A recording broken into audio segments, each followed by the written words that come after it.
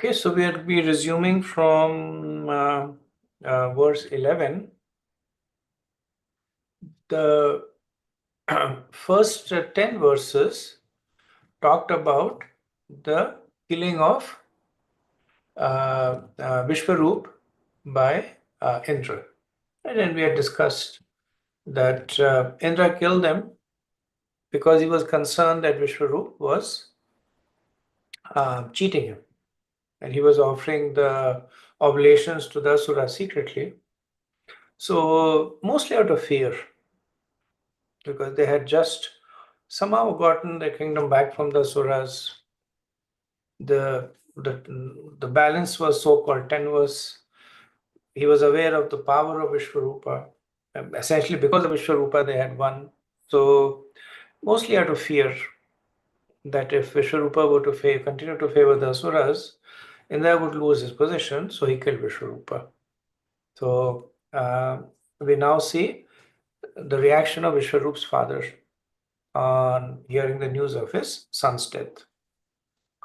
Verse 11, Hata putrastatastastha juhavindraya shatrave indra shatru vivardasva machiram jahi vidvisham. After Vishwarup was killed, his father Twasta performed ritualistic ceremonies to kill Indra. He offered oblations in the sacrificial fire, saying, O enemy of Indra, flourish to kill your enemy without delay. So 10 verses will talk about the birth of Vishwarupa. So we see that after the killing of Vishwarupa, Indra was contaminated by the sins of killing a guru and Brahman. Then for 1 year, he patiently bore the reactions of the sins, and then whatever was remaining after that, he distributed it amongst the tree, the earth, the water, and the woman, and thus he became free of the sins of killing Vishwarupa. So Vishnu Chakravarti says that after 1 year, at the beginning of the month of Ashwin, Indra became free of the sins of killing Vishwarupa. So, leaving the forest where Indra was performing austerities, he began to observe the ceremonies of the month. So now, in the meantime, Twasta, on hearing the killing of his son out of anger and grief, he performed a yagya to facilitate the killing of Indra. So, when he was offering the oblations to create a demon that would kill Indra, so he chanted Indra Shatro Vivardhasva. Right. So Indra Shatru means, O enemy of Indra, flourish.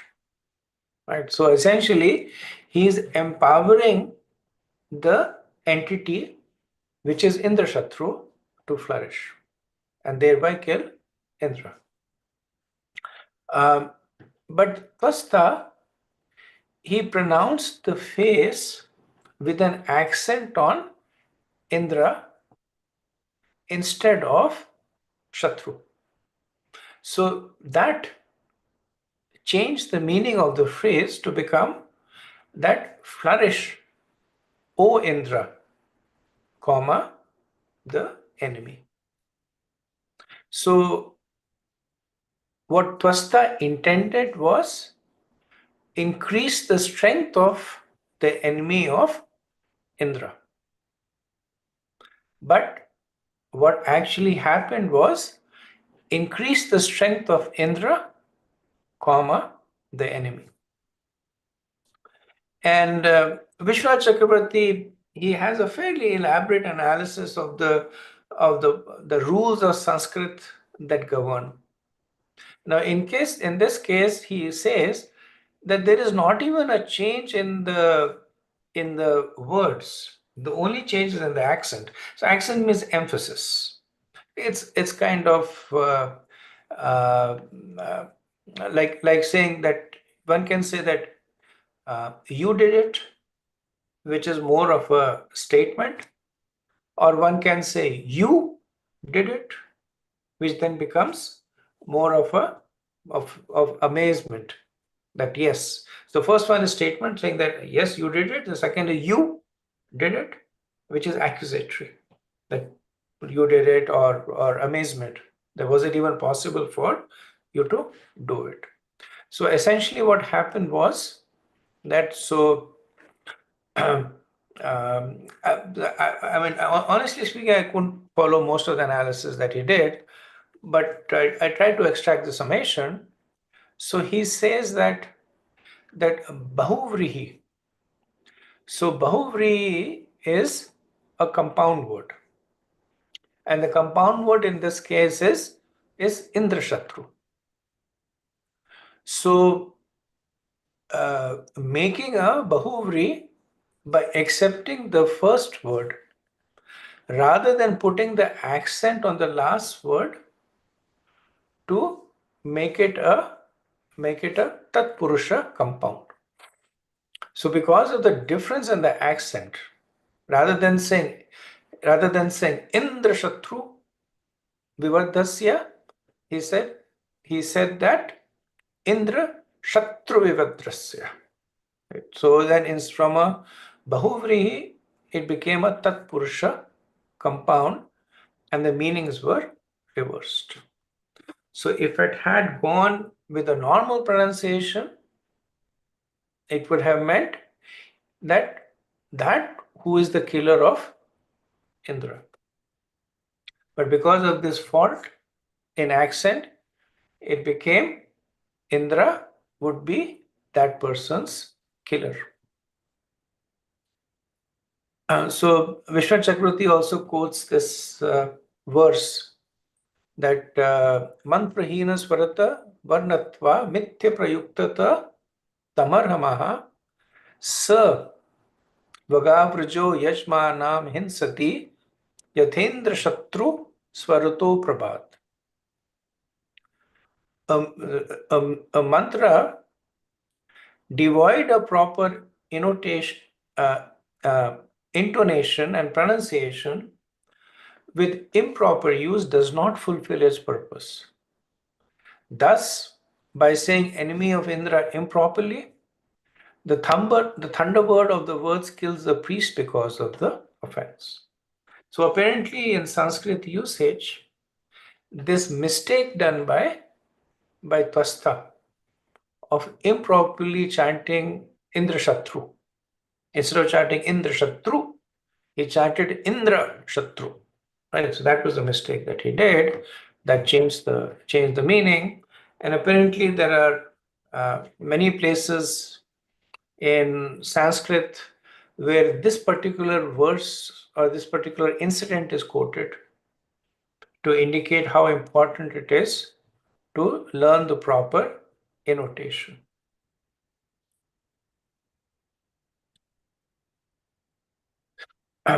So Srila Prabhupada writes that there was some defect in Twasta's chanting of the mantra because he chanted it long instead of short, and therefore the meaning changed.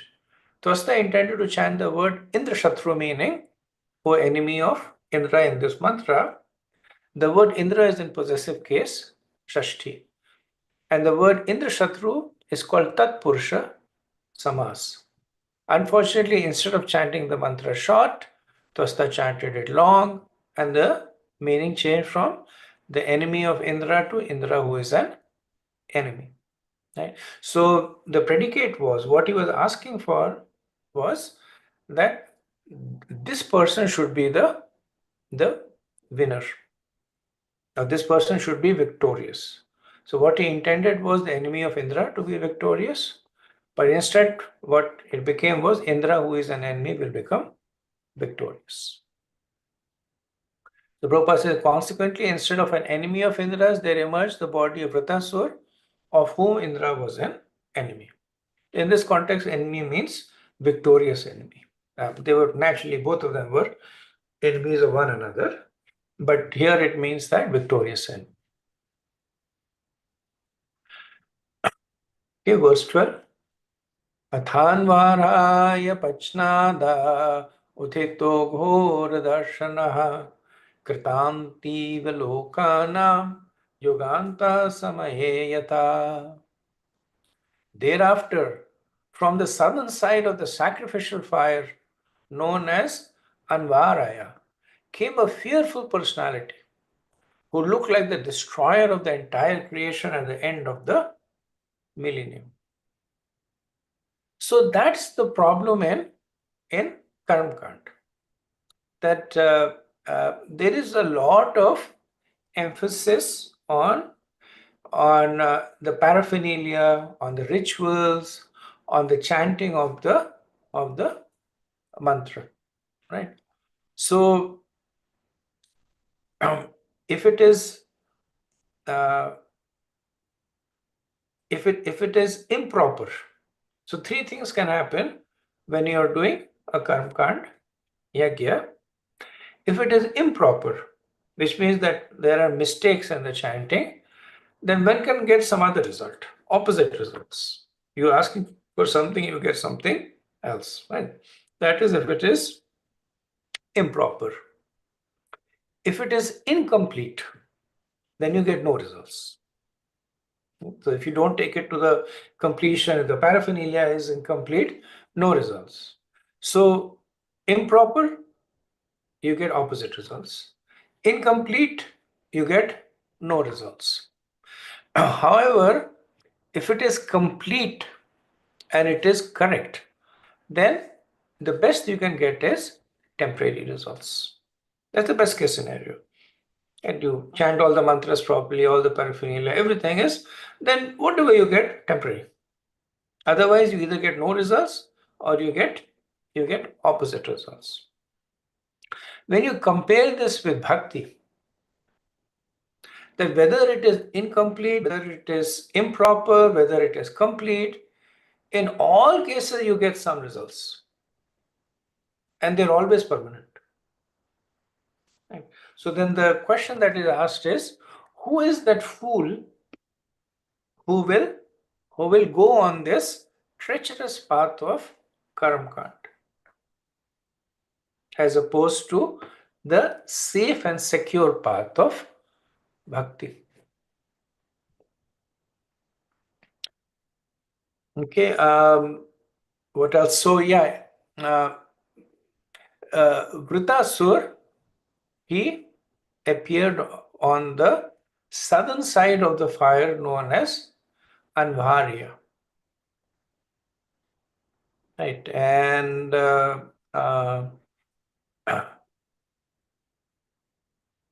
next verse will talk about more about the appearance of Vritasur. The next now 5 verses.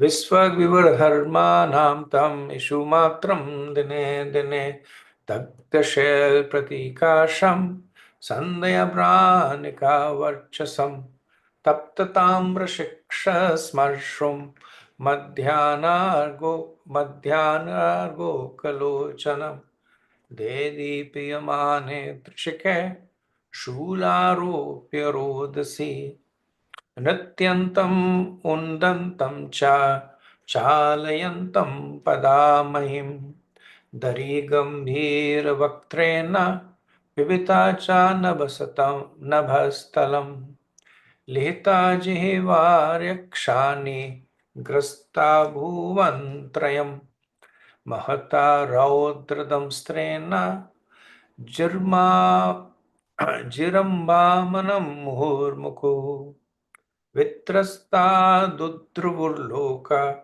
Vikshasa Vidishwa.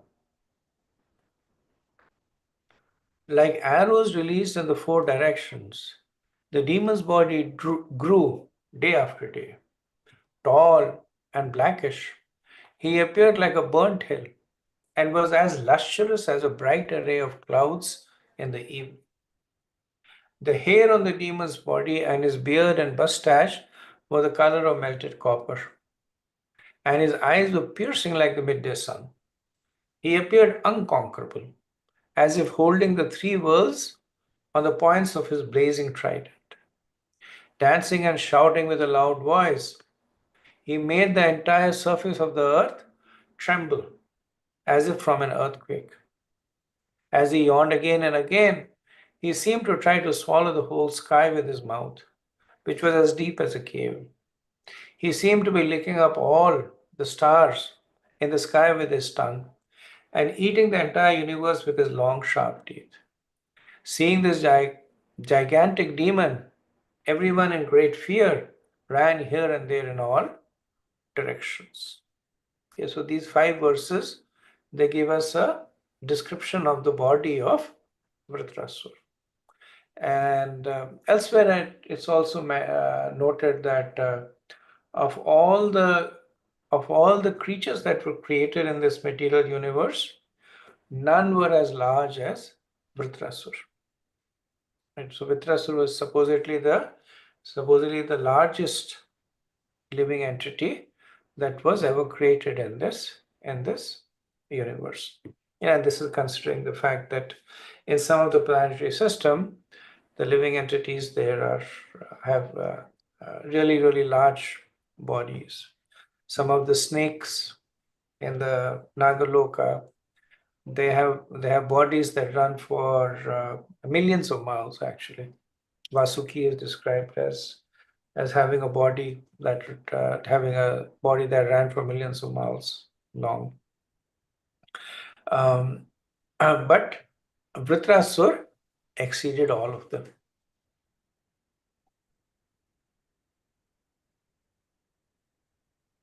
Verse 18, Yenavruta ime loka tapasa tvastramurtina savaivrata iti prokta papaha param daruna. That very fearful demon, who was actually the son of Tvasta, covered all the planetary systems by dint of austerity. Therefore, he was named Vritra, or one who covers everything. Right? So the Asur part of it is as an prefix, as a suffix is attached simply to, like Banasur, and like there are Asuras, but his actual name is just Vritra. And Vritra basically means that one who covers the sky or one who covers everything. Right? So Prabhupada writes that in the Vedas it is said that Saman Lokan Avratam Tadvritasya Virtatvam. Because the demon covered all the planetary system, his name was Vritrasur. So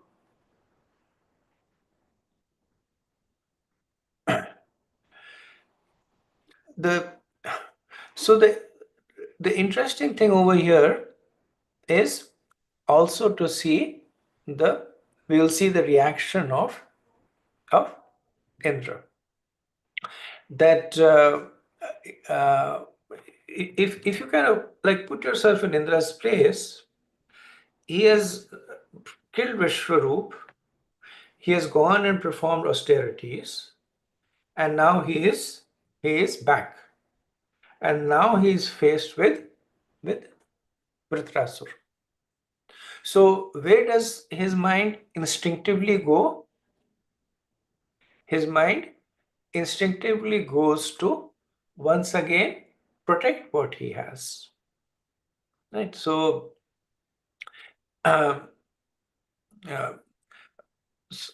just like tangentially related. So once in a temple, not in the Potomac temple, but in a temple, there was discussion going on as to why why so many brahmacharis are leaving the temple, or why they're leaving the movement, or why they're leaving the ashram. So there's a lot of discussion going on in terms of the brahmachari ashram. And then, one senior devotee said that we are actually looking at it incorrectly. we are focusing too much on trying to find the reason as to why the brahmacharis are leaving the temple. What we need to focus on is why the brahmacharis joined the temple. So important to know the script in the sense that what was their expectations? What was their understanding? With what desires did they join the temple? If that resonated, they will stay. If that did not match, they will leave. So leaving is just a symptom. The cause is the aspirations as to why they they entered they entered the brahmachari ashram at the temple. So similarly, in case of Indra, his actions are just a symptom. Important is to understand the script which is driving Indra. So we have seen Indra in different moods so far. We have seen Indra insult his guru, Brahaspati. We have seen Indra repent his actions towards his guru. We have seen Indra with humility accept the chastisement of Brahma and follow his instruction. We have seen Indra humble himself before Vishwarupa and glorify him into accepting, becoming Indra's guru. And we have seen Indra killing Vishwarupa. So if somebody says, how do you reconcile all these actions? The answer is, they're all symptoms. What you need to know is, what is the script that Indra is following? Once you understand that script, then all these actions will make sense. Right? And the script that Indra is following is how to maintain my material opulence. So with that, he is doing whatever is needed. So even the insulting of Brahaspati is a symptom of his material opulence. His repentance is because his fear that his actions will take away the material opulence.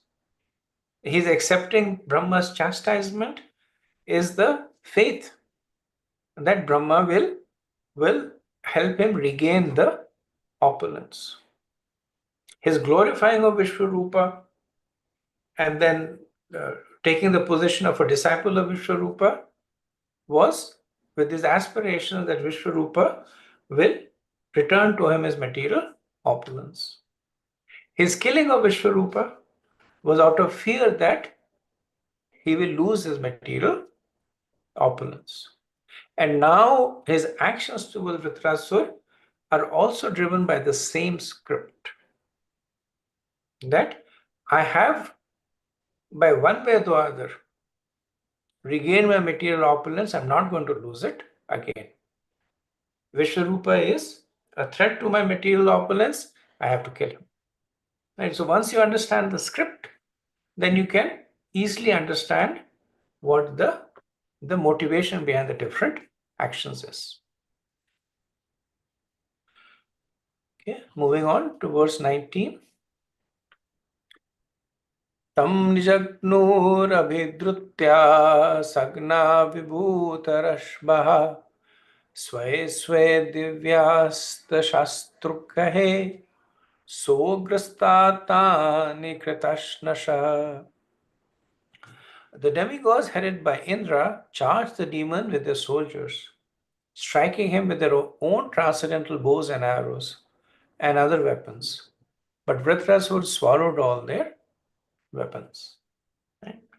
So not much posturing on either side. Like Vritrasur appeared, he became large, Indra and the Devas attacked. right away, right? So there was not much, there was no,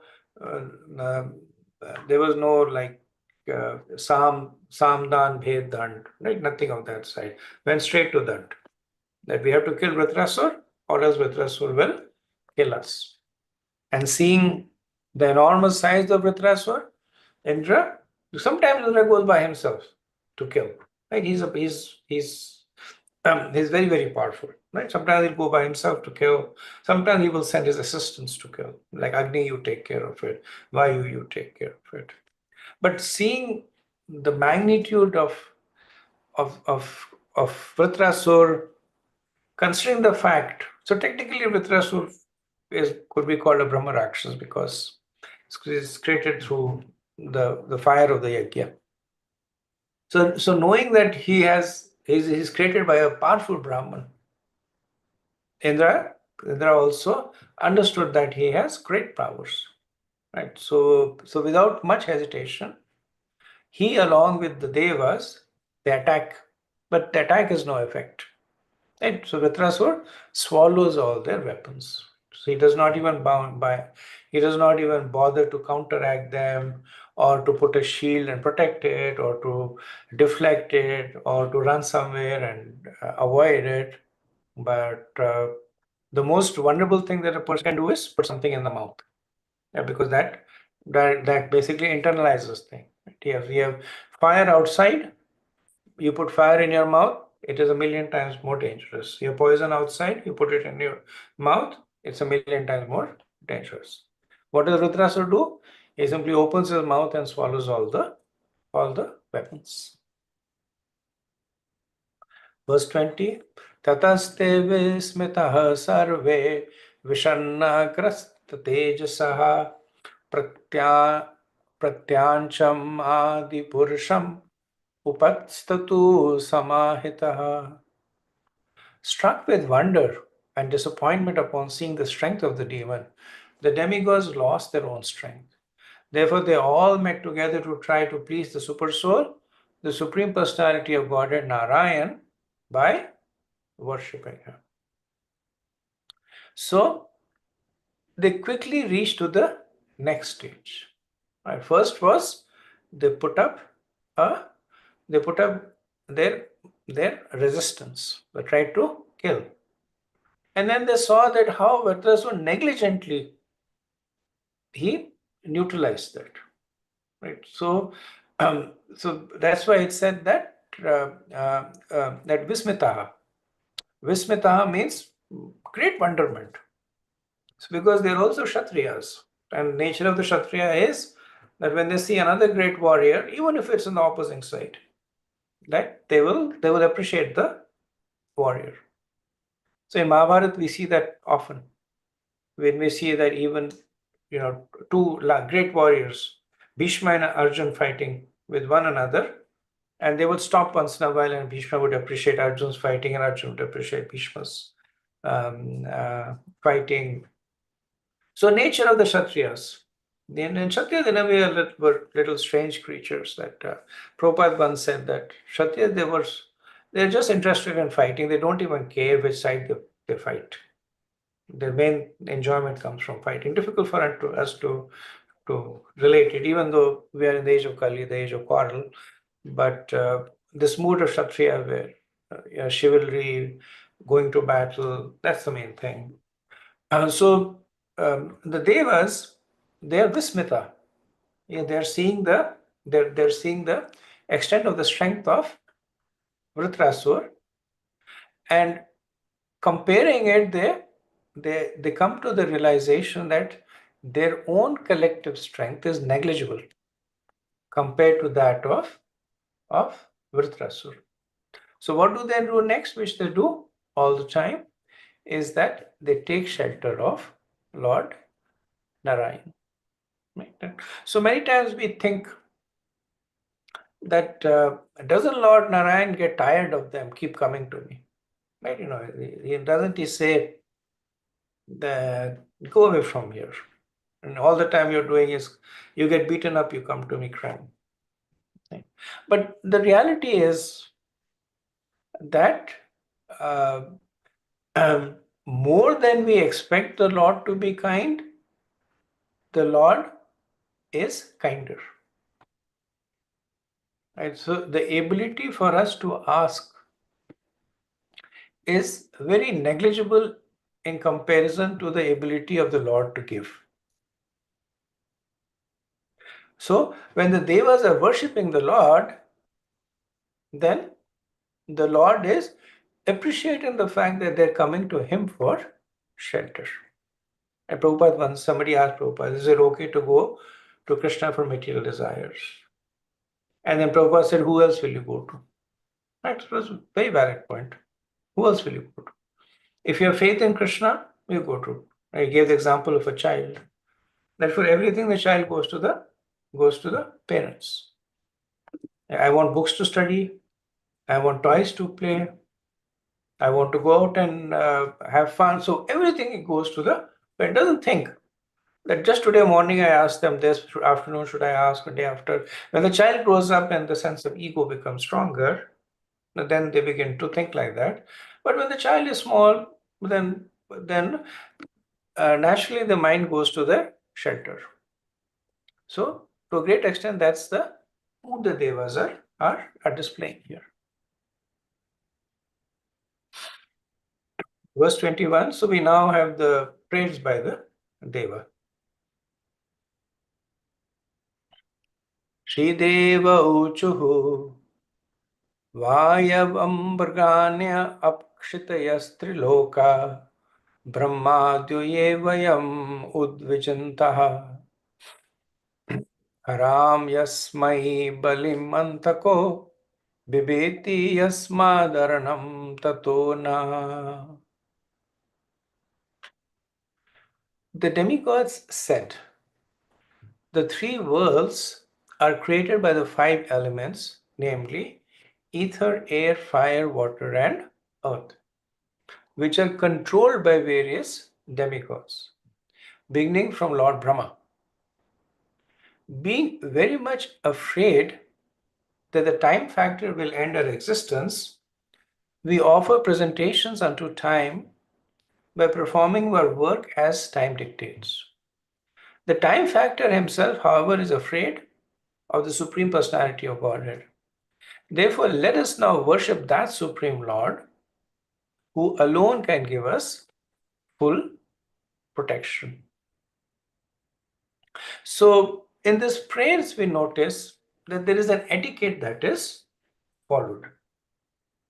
And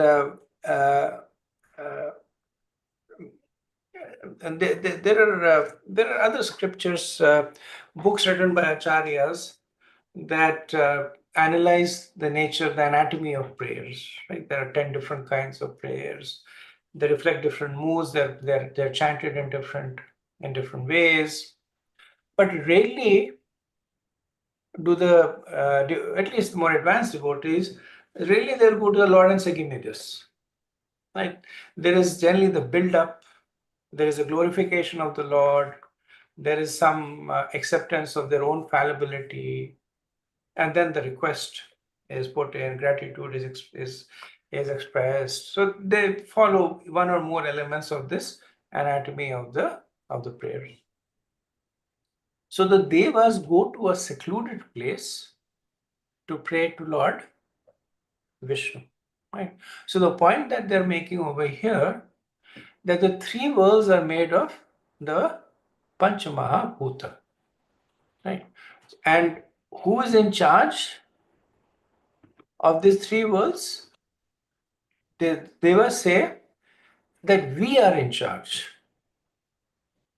So we, starting from Brahma, we are in charge of these planets. But now we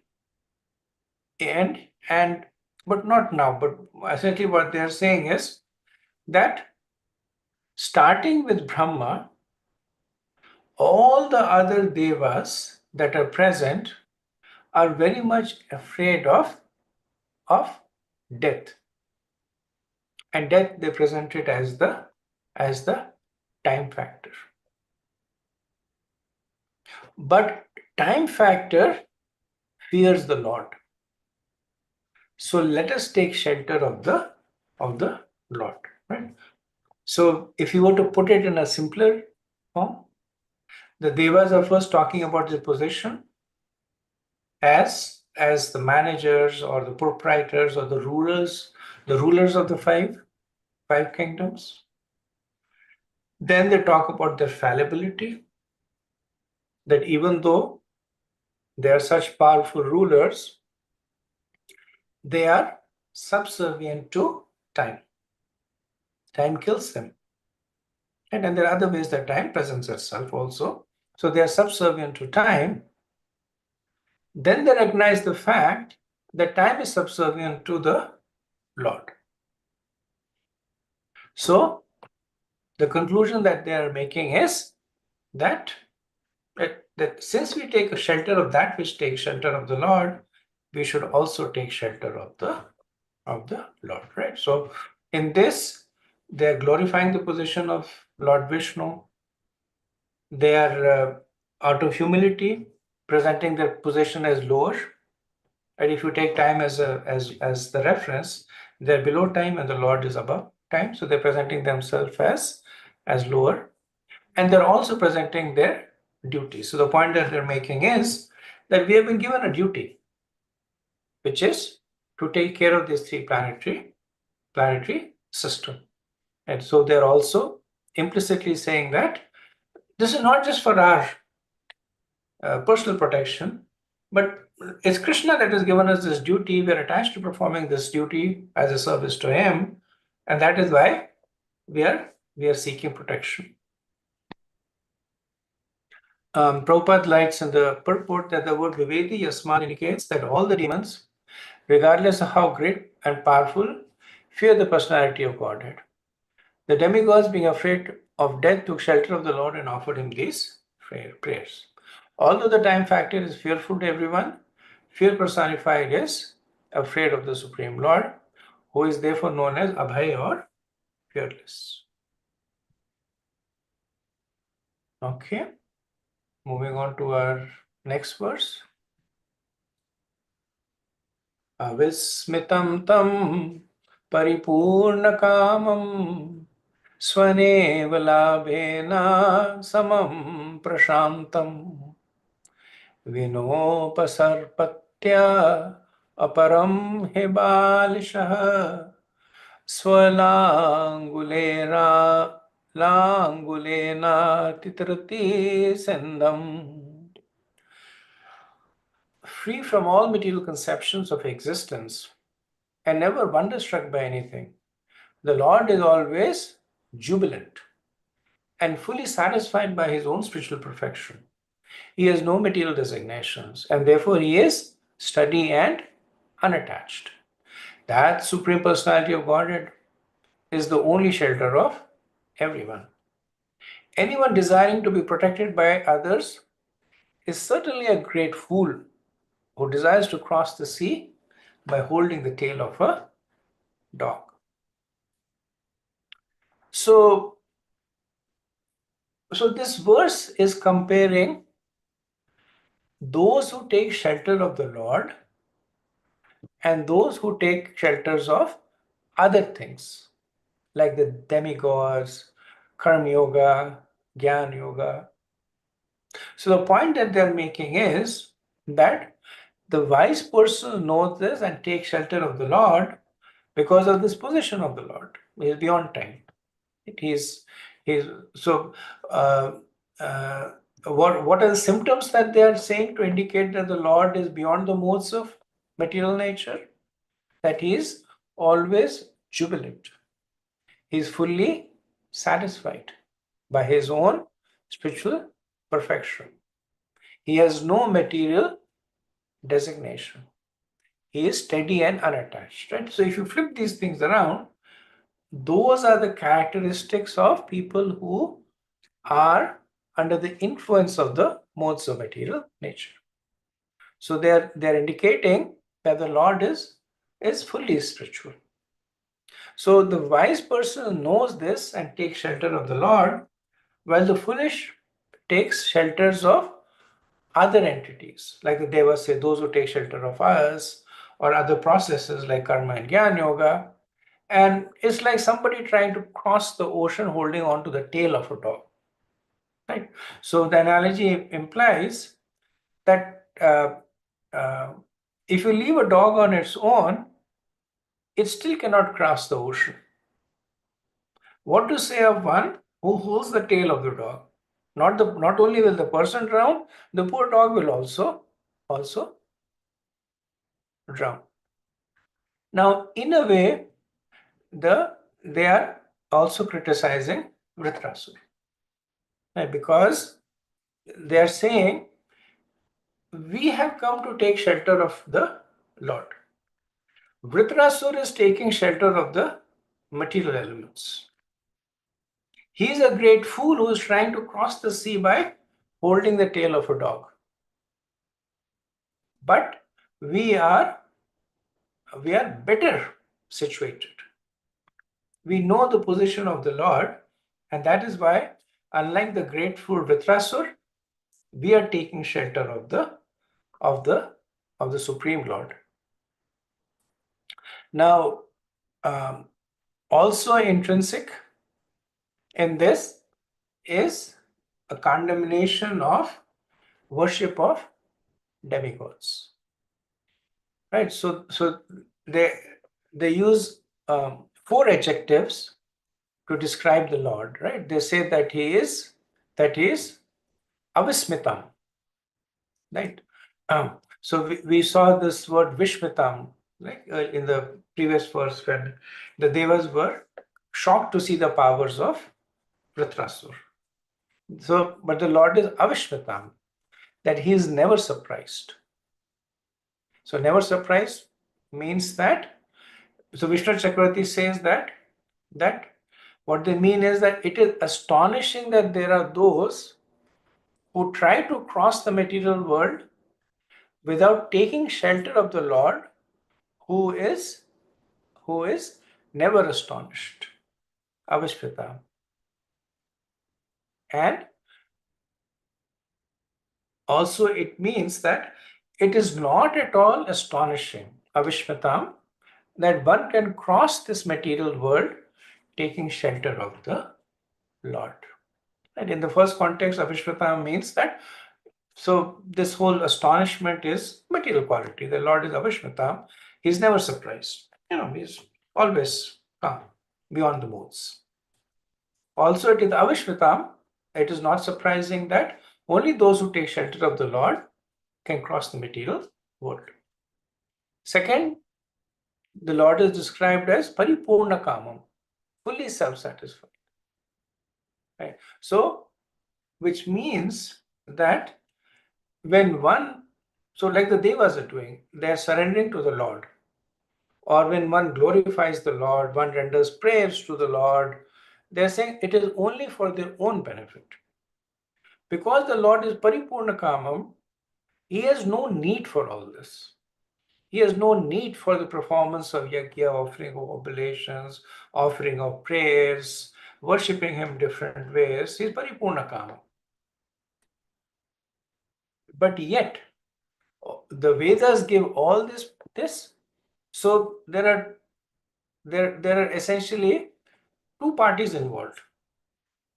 That there is the person who's offering it and the person who's receiving it. And if somebody is recommending that you should do it and then says that the person who is receiving it has no need for it, then the logical conclusion is that it is for the benefit of the person who is offering it. So Devas are making that connection here. Then they said the Lord is samam. Samam is that he is always complete with his desire, along with the attainment of the Swarup with 7 kinds of sweetness. Right. So this is Vishnu Chakravarti's characterization of Sama. In Madhurya Kadamini, it is noted as the 7 kinds of sweetness are beauty, fragrance, the sound of his own voice, youthfulness, tastiness, liberality, audarya, and kripa. And he bestows enjoyment through his haladini Shakti. So the lack of things like hankering or being shocked and surprised, they indicate that the Lord is not material. But then even the Brahman is not material. So now they speak about things that characterize the personality of Godhead. Right. So that is why Vishnu Chakravarti says that, talking about the Hladini Shakti, the enjoying potency. And that it's not that if we say that the Lord is avismitam, does not mean that he's always just sitting there, avismitam. Right? No. He's enjoying. He's samam. He's interacting with his internal energy. And then the fourth, they say, is that the Lord is prashantam. So prashantam is again the devas here taking shelter.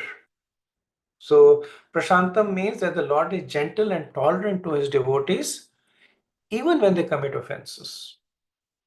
Vishnu Chakravarti Thakur says, like seva prad. When a pujari does seva prad, when devotees do seva prad, the Lord does not punish them. Because in spirituality, you will notice that the offenses can block your flow of bhakti. They'll not reverse them.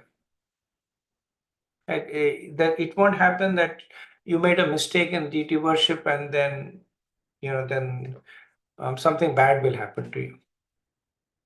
In karma kand, that's what happens, right? We see that Testa created with a certain desire, he made a mistake, the opposite desire happened. That was harming to him. But the Lord is Prashantam. So devas are recognizing the fact that we have definitely committed offenses, like insulting Guru, killing Brahman, etc. But they're taking shelter of the nature of the Lord, that he is tolerant to the offenses of his devotees. Srila Prabhupada quotes the famous verse by Brahma that the lotus feet of the Lord are an indestructible boat. And if one takes shelter of the boat, he can easily cross across the ocean of Nishayans. Okay, we'll do one more verse, and after that stop for discussion. Verse 23. Yassorushringe jagatim swanavam manujathabdya tatar durgam saevanastvastra bhayaduranta tritashitanvaricharupinunam. The Manu named King Satyavrata formerly saved himself by tying the small boat of the entire world to the horn of the Matsya Avatar, the fish incarnation. By the grace of the Matsya Avatar, Manu saved himself from the great danger of the flood. May that same fish incarnation save us from the great and fearful danger created by the son of Twashta. Actually, we'll do this in the next verse. They go together. So in these two verses, 23, 24, the Devas, so you can see the logic that the Devas are following. They glorified the Lord.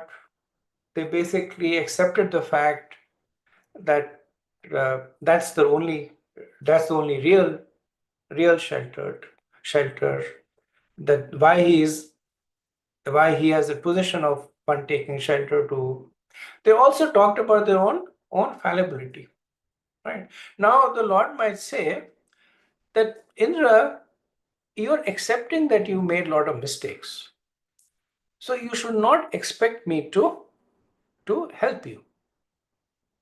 So the Devas are saying that yes, but you have a track record. In the past, you have often come to protect your devotees regardless. So they are saying that though we are low, though we have material desires, And though we are only approaching the Lord out of the fear of the demon, Vritrasur, our expectation is that just like in as the Matsya avatar, you give protection to the king Satyavrata, you will also give us protection. And what they're also saying is that nothing is impossible for you. In one incarnation, you moved in the water and gave protection. And you give protection to who? You give protection to those who are situated on the land. So they are saying how great you are.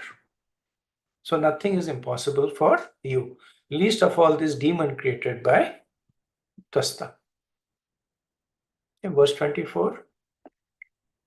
Pura swayambhur api swamabhasya udirnavatorme ravahe karale eko ravindat patitas tasmad bhayad yena sanostu paraha. In the beginning of creation, a tremendous wind caused fierce waves of inundating water. That the great waves made such a horrible sound that Lord Brahma almost fell from his seat on the lotus into the water of devastation. But he was saved with the help of the Lord. Thus, we also expect the Lord to protect us from this dangerous condition. So they're developing on the same theme, that you have a long record of helping us. And Lord will say, how long?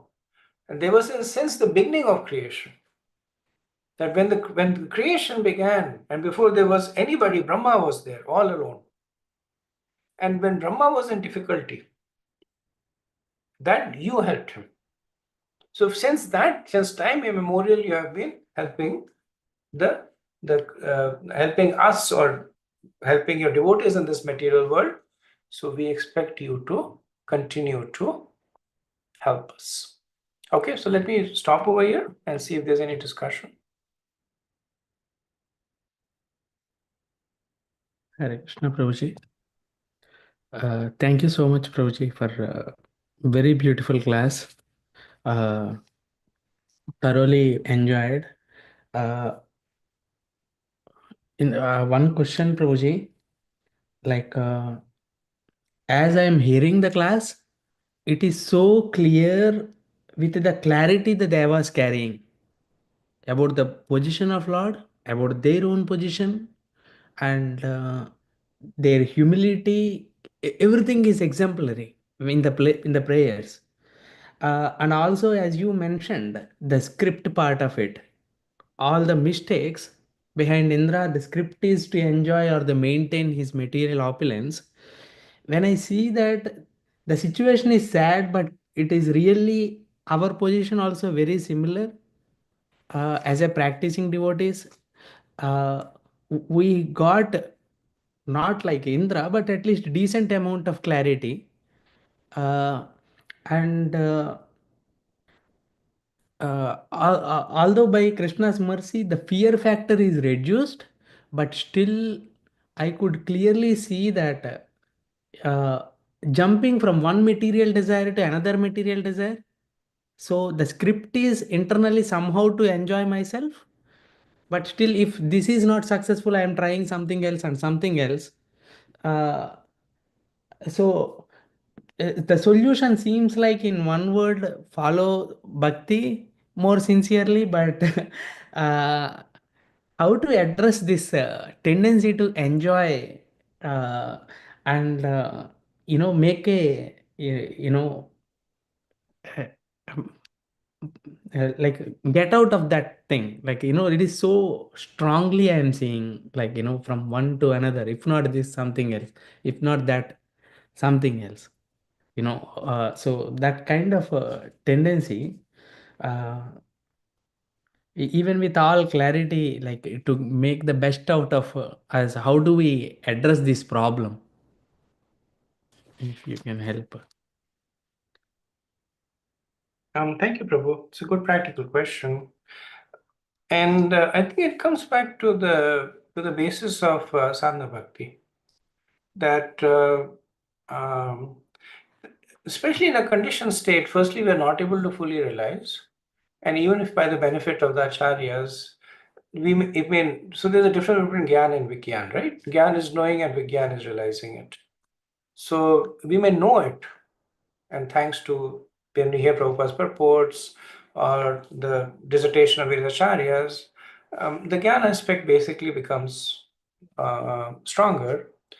Um, what will facilitate our conversion of that gyan to vigyan is by acting on the platform of the gyan.